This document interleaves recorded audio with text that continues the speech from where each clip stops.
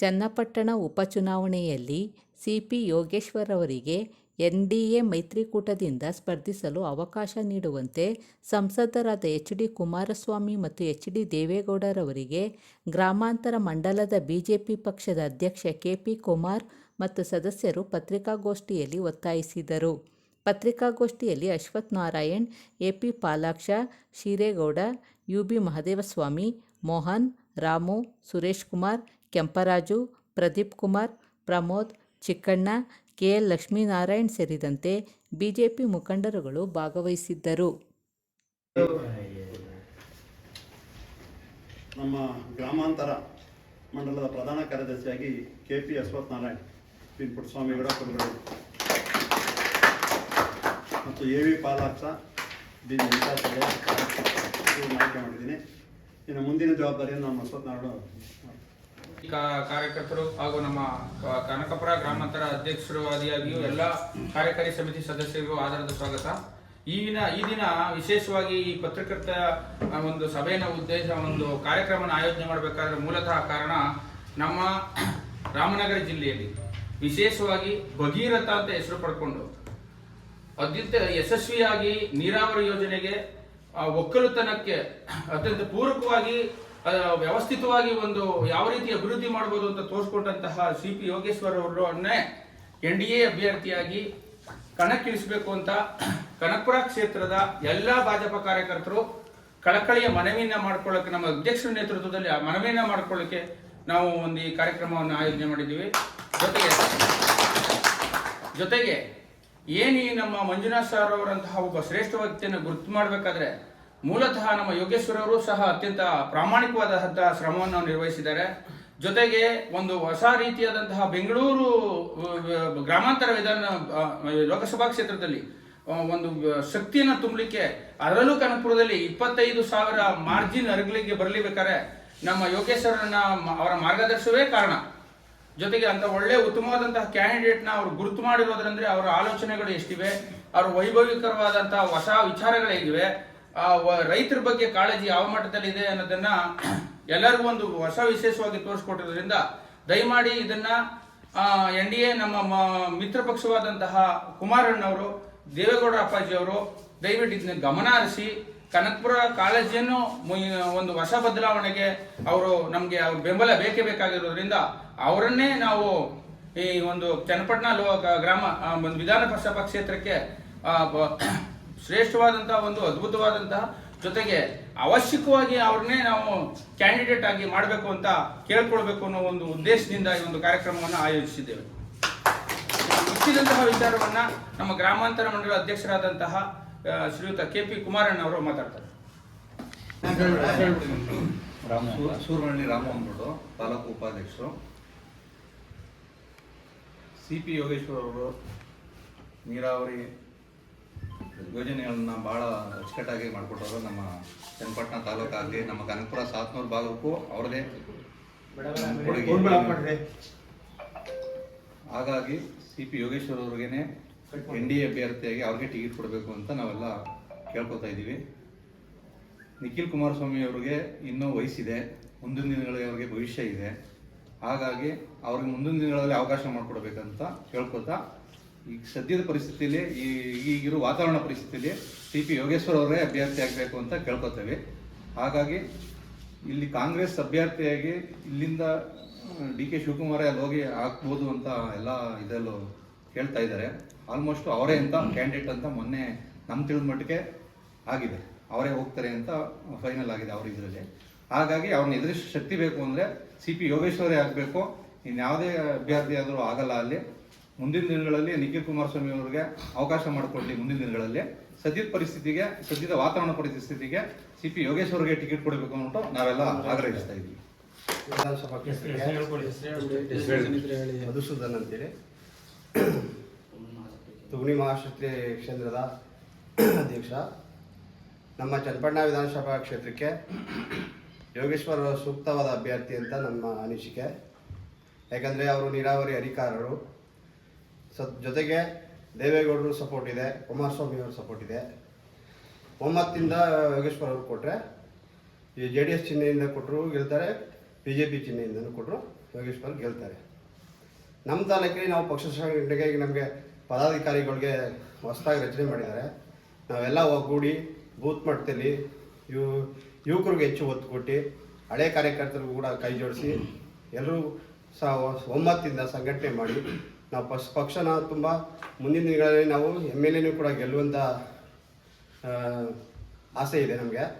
ಮತ್ತು ZP, ತಾಲೂಕ್ ಪಂಚಾಯತಿ, VSS society ಪ್ರತಿಯೊಂದು ಕೂಡ ಪಾರ್ಟಿಸಿಪೇಟ್ ಮಾಡ್ತೀವಿ. ಯಾವುದೇ ಥರ ಹಿಂದೆ ಸರಿ ಮಾತೇ ಇಲ್ಲ. ನಾವು ಎಲ್ಲದರಲ್ಲೂ ಕಾರ್ಯಕರ್ತರು ಕೈ ಬಿಡುವುದಿಲ್ಲ. ಬೂತ್ ಮಾಡ್ತಾರೆ ಯಾವ ಎಷ್ಟೊತ್ತೆಲ್ಲ ಕರೀಲಿ ನಾವು ಹೋಗಿ ಪಕ್ಷಕ್ಕೋಸ್ಕರ ದುಡಿತೀವಿ. ದೊಡ್ಡಹಳ್ಳಿ, ನಾನು ಒಬ್ಬ ಪಕ್ಷದ BJP ಕಾರ್ಯಕರ್ತರ ಸಣ್ಣ ಕಾರ್ಯಕರ್ತ. ನಮ್ಮ ಮಿತ್ರರು ಕೂಡ ಹೇಳಿದಂತೆ, ನಮ್ಮ ಸ್ನೇಹಿತರು ಕೂಡ ಹೇಳಿದಂತೆ ಮುಂದಿನ ದಿನಗಳಲ್ಲಿ ಬೈ ಎಲೆಕ್ಷನ್ ಬರ್ತದೆ. ಆದ್ದರಿಂದ CP ಯೋಗೇಶ್ವರನೇ ಕ್ಯಾಂಡಿಡೇಟ್ ಆಗಿ ಮಾಡಬೇಕು ಅಂತ ಆಸೆ. ಯಾಕಂದರೆ ನಿಖಿಲ್ ಕುಮಾರಸ್ವಾಮಿ ಅವರಿಗೆ ಈಗ ಚಿಕ್ಕ ವಯಸ್ಸು, ಇನ್ನು ಮುಂದಿನ ದಿನಗಳಲ್ಲಿ ಇನ್ನೂ ಅವಕಾಶ ಇದೆ. ಯಾಕಂದರೆ ಈಗ ನಮ್ಮ ಈ ಕೆರೆಗೋಸ್ಕರ ಭಾಳ ಭಗೀರಥ ಅಂತ ಹೆಸರು ತಗೊಂಡಿದ್ದಾರೆ CP ಯೋಗೇಶ್ವರು. ಮುಂದಿನ ದಿನಗಳಲ್ಲಿ ಅವ್ರನ್ನೇ ಒಂದು MLA ಟಿಕೆಟ್ ಕೊಟ್ಬಿಟ್ಟು ನಾವೆಲ್ಲ ಕಾರ್ಯಕರ್ತರು ಗೆಲ್ಸ್ಕೊಡ್ಬೇಕಂತ ನಮ್ಮೊಂದು ಸಣ್ಣದೊಂದು ಮನವಿ. ಆದರೆ ಕನಕಪುರ ಕ್ಷೇತ್ರದಲ್ಲಿ ಈಗ ನಮ್ಮ KP ಕುಮಾರ್ ಅವರ ಅಧ್ಯಕ್ಷ ಒಂದು BJP ತಾಲೂಕು ಅಧ್ಯಕ್ಷರಾಗಿದ್ದಾರೆ. ಅವರ ಅಧ್ಯಕ್ಷತೆಯಲ್ಲಿ ಮುಂದೆ ಬರ್ತಕ್ಕಂಥ ಒಂದು ತಾಲೂಕ್ ಪಂಚಾಯತಿ, ಒಂದು ಜಿಲ್ಲಾ ಪಂಚಾಯತಿಗೋಸ್ಕರ ನಾವು ಶ್ರಮ ವಹಿಸಿ ಎಲ್ಲರೂ ಒಂದು ಪಕ್ಷ ನಿಷ್ಠೆಯಿಂದ ಕೆಲಸ ಮಾಡಬೇಕಂತ ತಮ್ಮದೊಂದು ಮನವಿ.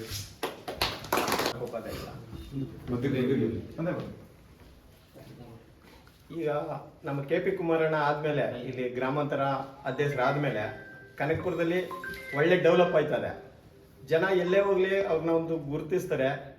ಕೆಲವರು ಅವ್ರಿಗೆ ಆಗದೆ ಇರೋರು ಏನೋ ಹೇಳ್ಕೊತಾರೆ ಅಂದರೆ ಅವ್ರು ಸರಿ ಇಲ್ಲ ಹಾಗೆ ಹೀಗೆ ಅಂತ ಕೆಲವರು ಹೇಳೋದ್ರಿಂದ ಅವ್ರ ಪಾಪ ಒಳ್ಳೆಯವರೇ ಯಾರೋ ಹೇಳ್ಕೊಟ್ಟು ಹಾಗೆ ಮಾಡಿಸ್ತಾ ಇರೋದು ಅಂತ ನಮ್ಮ ಅಭಿಪ್ರಾಯ.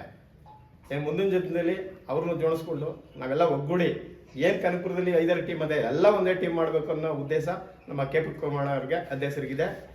ಒಂದು ಮುಂದಿನ ದಿನದಲ್ಲಿ ಏನು ಒಂದು ಕನಕಪುರ ತಾಲೂಕಲ್ಲಿ ಹಿಂದಿಂದ ಗ್ರಾಮಾಂತರ ಅಧ್ಯಕ್ಷರು ಅವರು ಕುರ್ಬಳ್ಳಿ ವೆಂಕಟೇಶಣ್ಣ ಆಗಿದ್ರು, ತಿರ್ಗಾ ಇನ್ನೂ ಅನೇಕ ಜನಗಳು ಆಗಿದ್ರು. ಇಷ್ಟು ಸಂಘಟನೆ ಯಾವತ್ತೂ ಮಾಡಿರಲಿಲ್ಲ ಅವರು. ಈಗ 1-2 ದಿನದಲ್ಲೇ ಇಷ್ಟೊಂದು ತಾಲೂಕು ಕಮಿಟಿ, ಒಂದು ಶಕ್ತಿ ಕೇಂದ್ರದ್ದು ಇರ್ಬೋದು, ಒಂದು ತಾಲೂಕು ಪದಾಧಿಕಾರಿಗಳನ್ನೆಲ್ಲ ಪಟ್ಟಿನ ಕಂಪ್ಲೀಟ್ ಆಗಿ ಮಾಡಿದ್ದಾರೆ ಅವರು. ಒಂದು ಮುಂದಿನ ದಿನದಲ್ಲಿ ಇನ್ನು ಒಂದು MLA ಚುನಾವಣೆನ ನಾವು ಎದುರಿಸ್ತೀವಿ. ಅವ್ರಿಗೆಲ್ಲ ನಾವು ಜೊತೆಯಾಗಿರ್ತೀವಿ. ಕೈ ಜೋಡಿಸ್ಕೊಂಡು ನಾವು ಏನು ಪದಾಧಿಕಾರಿಗಳು ಇದ್ದೀವಿ, ಶಕ್ತಿ ಕೇಂದ್ರದವರು, ನಾವು ಉಪಾಧ್ಯಕ್ಷರು, ಕಾರ್ಯದರ್ಶಿಗಳು ನಾವೆಲ್ಲರೂ ಇದ್ದೀವಿ. ಅವ್ರು ಬೆಂಬಲ ಕೊಡ್ತೀವಿ. ಇನ್ನು ಮುಂದಕ್ಕೆ ಯಾವುದೇ ತೊಂದರೆ ಇಲ್ದಂಗೆ ಇನ್ನೇನೋ ಸಣ್ಣ ಪುಟ್ಟ ಇರ್ತವೆ ನಮ್ಮ ಪಾರ್ಟಿಲಿ, ನಾವು ಗುಂಪು ಅವನ್ನೆಲ್ಲ ಸೆಟ್ ಮಾಡಿಕೊಂಡು ನಾವು ಮುಂದೆ ಹೋಗ್ತೀವಿ ಅಂತ ಹೇಳ್ತೀವಿ.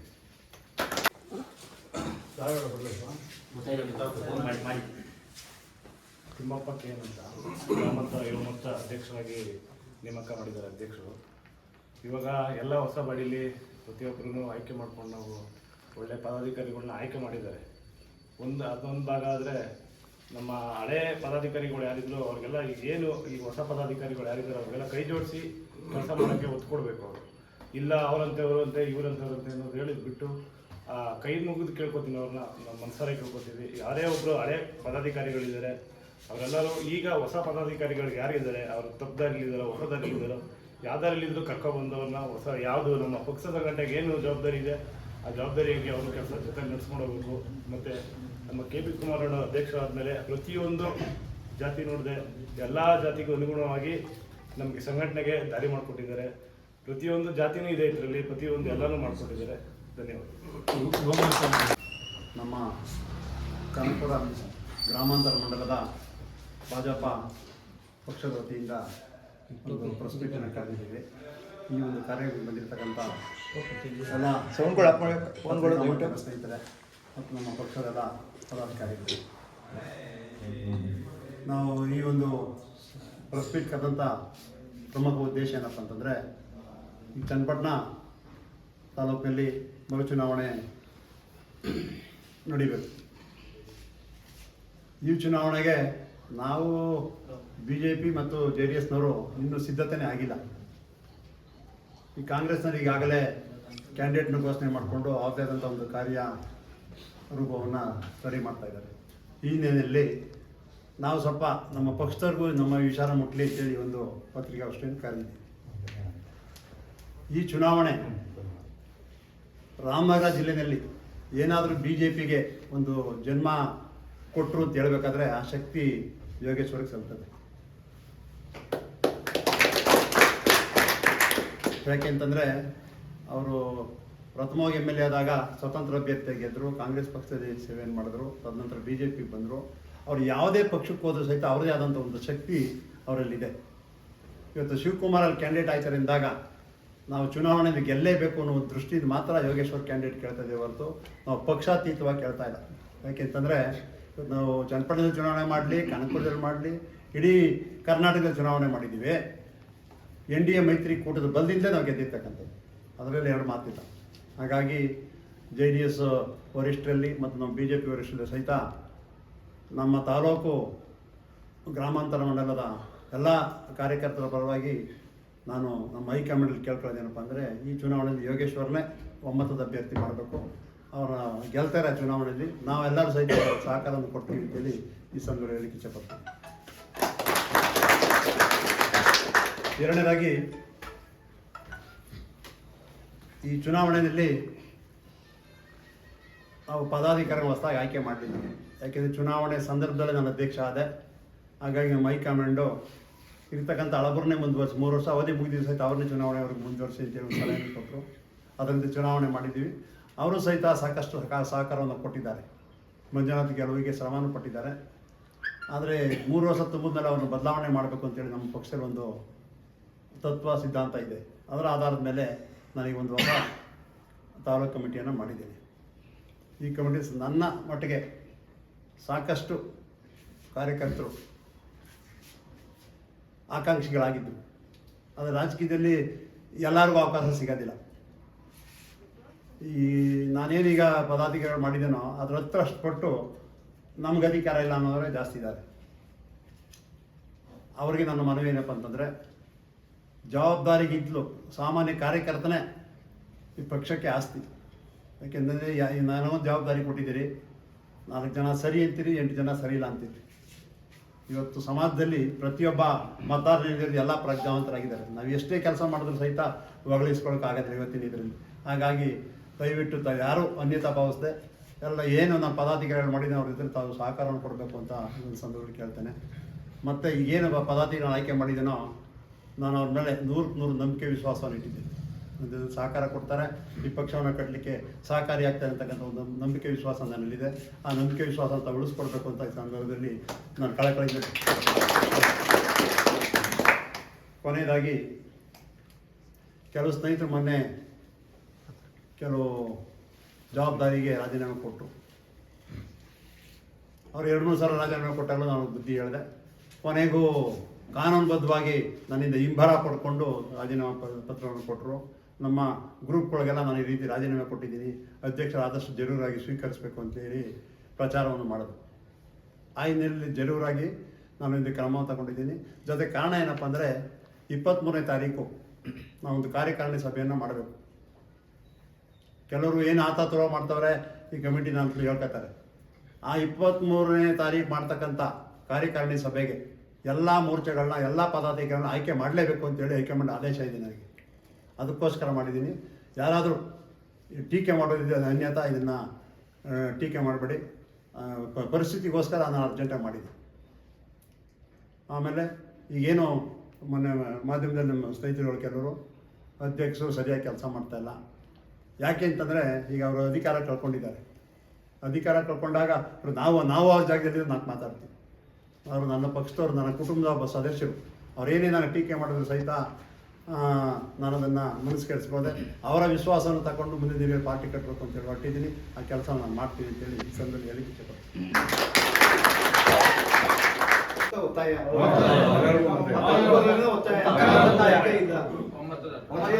ಮುಖ್ಯ ಉದ್ದೇಶ ಅದು. ಹೊಸ ಪದಾಧಿಕಾರಿ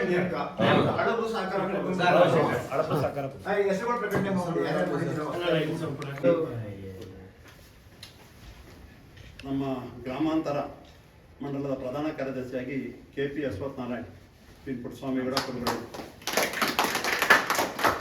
ಮತ್ತು AV ಪಾಲಾಕ್ಷ, D ವೆಂಕಟಾಚಲ ಆಯ್ಕೆ ಮಾಡಿದ್ದೀನಿ. ಇನ್ನು ಮುಂದಿನ ಜವಾಬ್ದಾರಿಯನ್ನು ನಮ್ಮ ಅಶ್ವತ್ಥನಾರಾಯಣ. ತಾಲೂಕು ಉಪಾಧ್ಯಕ್ಷರುಗಳನ್ನಾಗಿ ಶ್ರೀಯುತ ಹಿರಿಯ ನಾಯಕರಾದಂಥ ಶ್ರೀರೇಗೌಡರು, ಬಿನ್ ನರಸೇಗೌಡರು, ಕೂಲಿಬೆಲೆ ಇವರನ್ನು ನೇಮಕ ಮಾಡಿದ್ದೀವಿ. UB ಮಹದೇವಸ್ವಾಮಿ ಬಿನ್ ಬಸಪ್ಪ ಉಯ್ಯಂಬಳ್ಳಿ ಇವ್ರನ್ನು ಉಪಾಧ್ಯಕ್ಷರಾಗಿ ಮಾಡಿದ್ದೀವಿ. ಮೋಹನ್ ಬಿನ್ ರಾಮಲಿಂಗ್ ಅವರ ಅನ್ಯತಾ ಕೆಲಸಕ್ಕೆ ನಿಮಿತ್ತ ಬರಲಿಲ್ಲ, ಅವ್ರನ್ನು ನಾವು ನೇಮಕ ಮಾಡಿದ್ದೇವೆ. ಮತ್ತು ಒಂದು ಮಳೆಯ ಕಾರಣ ರಾಮು ಬಿನ್ ಚೆಲುವೇಗೌಡ ಟೂರ್ನಳ್ಳಿ ಇವರನ್ನು ನಾವು ನೇಮಕ ಮಾಡಿದ್ದೇವೆ. ಉಪಾಧ್ಯಕ್ಷರಿಗೆ ಒಂದು ಹೊಸ ಬದಲಾವಣೆ ಮಾಡಿದ್ದೀವಿ. ಯುವಕರಿಗೂ ಒಬ್ರಿಗೆ ಅವಕಾಶ ಕೊಟ್ಟಿದ್ದೀವಿ. ಸುಂದರ್ ಕುಮಾರ್ ಬಿನ್ ವೀರಭದ್ರೇಗೌಡ ಅಂತ ಸ್ವಲ್ಪ ಹೊರಗಡೆ ಇದ್ದಾರೆ, ಅವ್ರನ್ನು ಸಹ ನೇಮಕ ಮಾಡಿದ್ದೀವಿ. ಇನ್ನು ತಾಲೂಕು ಕಾರ್ಯದರ್ಶಿಗಳನ್ನಾಗಿ ಕೆಂಪರಾಜು ಬಿನ್ ಮಾದೇಗೌಡ ರಾಮ್ಪುರ ನೇಮಕ ಮಾಡಿದ್ದೀವಿ. ಪ್ರದೀಪ್ ಕುಮಾರ್ HL ಅವರು ಈಗ ಮಳೆ ಕಾರಣ ಬರ್ತಾ ಇದ್ದಾರೆ. ಪ್ರಮೋದ್ ಬಿನ್ ಪುಟ್ಸ್ವಾಮಿಗೌಡ ಅವರು ಬರ್ತಿದ್ದಾರೆ. ಚಿಕ್ಕಣ್ಣ ಬಿನ್ ಹುಚ್ಚಪ್ಪ ಐಗೊಲ್ಲುಳ್ಳಿ ಅವರು ಸಹ ಬರ್ತಿದ್ದಾರೆ. ಓಕೆ. ತಾಲೂಕು ಖಜಾಂಚಿಗಳಾಗಿ ಲಕ್ಷ್ಮೀನಾರಾಯಣ ಬಿನ್ ಲಕ್ಷ್ಮೇಗೌಡರವ್ರನ್ನ ನೇಮಕ ಮಾಡಿದ್ದೇವೆ. ಅದೇ ರೀತಿ ತಾಲೂಕು ಯುವ ಮೋರ್ಚಾ ಅಧ್ಯಕ್ಷರಾಗಿ ಶ್ರೀಯುತ ತಿಮ್ಮಪ್ಪನವ್ರನ್ನ ನಾವು ನೇಮಕ ಮಾಡಿದ್ದೇವೆ. ಅದೇ ರೀತಿ ಹಿಂದುಳಿದ ವರ್ಗ OBC ಮೋರ್ಚಾ ತಾಲೂಕು ಅಧ್ಯಕ್ಷರಾಗಿ ಪುಟ್ಟಮಾಧವ್ ಬಿನ್ ಮಾದೇಗೌಡರು ಕೋಡಳ್ಳಿ ಅವರನ್ನು ನೇಮಕ ಮಾಡಿದ್ದೇವೆ. ಅದೇ ರೀತಿ ಮಹಿಳಾ ಮೋರ್ಚಾ ಅಧ್ಯಕ್ಷರಾಗಿ ಶ್ರೀಮತಿ ಮಮತಾ ಕೋಮ್ ನಾರಾಯಣ್ ಅವರು ತಿಗಡೂರಹಳ್ಳಿ ಅವರು ಬರಲಿದ್ದಾರೆ, ಅವ್ರನ್ನ ನಾವು ನೇಮಕ ಮಾಡಿದ್ದೇವೆ. ತಿಗಡೂರಲ್ಲಿ ನೇಮಕ ಮಾಡಿದ್ದೇವೆ. ಅದೇ ರೀತಿ ಮುಖ್ಯವಾಗಿ ಮಹಾಶಕ್ತಿ ಘಟಕದ ಕೇಂದ್ರದ ಅಧ್ಯಕ್ಷರು ತುಂಗಡಿ ಮಹಾಶಕ್ತಿ ಕೇಂದ್ರಕ್ಕೆ ಮಧುಸೂದನ್ ಬಿನ್ ಕಾಡೇಗೌಡ ಮುರುಗಿ ಇವರನ್ನು ನಾವು ನೇಮಕ ಮಾಡಿದ್ದೇವೆ. ಶಿವನಹಳ್ಳಿ ಮಹಾಶಕ್ತಿ ಕೇಂದ್ರ ಶಿವರಾಜು ಬಿನ್ ವೀರಭದ್ರೇಗೌಡರವರು ಅವರನ್ನು ನೇಮಕ ಮಾಡಿದ್ದೇವೆ, ಬರಲಿದ್ದಾರೆ. ಸಾತ್ನೂರು ಮಹಾಶಕ್ತಿ ಕೇಂದ್ರದಂತ ಸಾಗರ್ ಬಿನ್ ರಾಮಚಂದ್ರಗೌಡರು ಅವರನ್ನು ನೇಮಕ ಮಾಡಿದ್ದೀವಿ, ಅವ್ರು ಬರ್ತಾ ಇದ್ದಾರೆ. ಅದೇ ರೀತಿ ಉಯ್ಯಂಬಳ್ಳಿ ಕ್ಷೇತ್ರದ ಮಹಾಶಕ್ತಿ ಅಧ್ಯಕ್ಷ ತಾಳೇಗೌಡರು ಬಿನ್ ಬಸವೇಗೌಡರು ಅವರನ್ನು ನಾವು ನೇಮಕ ಮಾಡಿದ್ದೇವೆ. ಕೋಡಿಹಳ್ಳಿ ಮಹಾಶಕ್ತಿ ಕೇಂದ್ರದ ಅಧ್ಯಕ್ಷರಾಗಿ ಡಿ ಉಮೇಶ್ ಬಿನ್ ಲೆಟ್ ದೊಡ್ಡಕೆಂಪೇಗೌಡರು ಅವರು ಸಹ ಹೊರಗಡೆ ಇದ್ದಾರೆ, ಮಾಡ್ತಾ ಇದ್ದಾರೆ. ಹೊಸದುರ್ಗ ಮಹಾಶಕ್ತಿ ಕೇಂದ್ರದ ಅಧ್ಯಕ್ಷರಾಗಿ ಹಿರಿಯರಾದಂತಹ ನಮ್ಮ ಶ್ರೀ ಮುನಿಯಪ್ಪನವರನ್ನು ನಾವು ನೇಮಕ ಮಾಡಿದ್ದೇವೆ.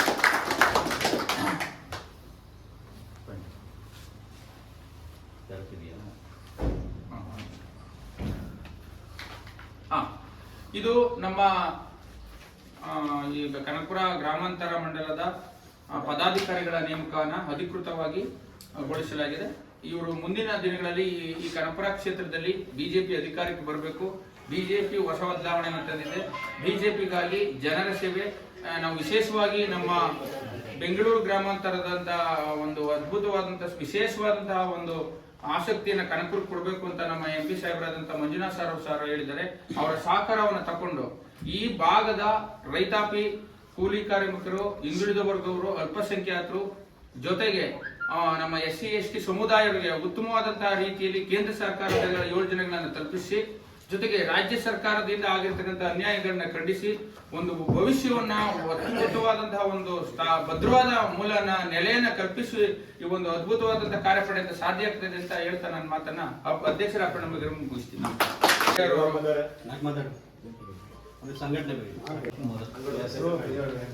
ನನ್ನ ಹೆಸರು ಮೋಹನ್ ಗೆಳೆಯ ಅಂತ ಹೇಳಿ,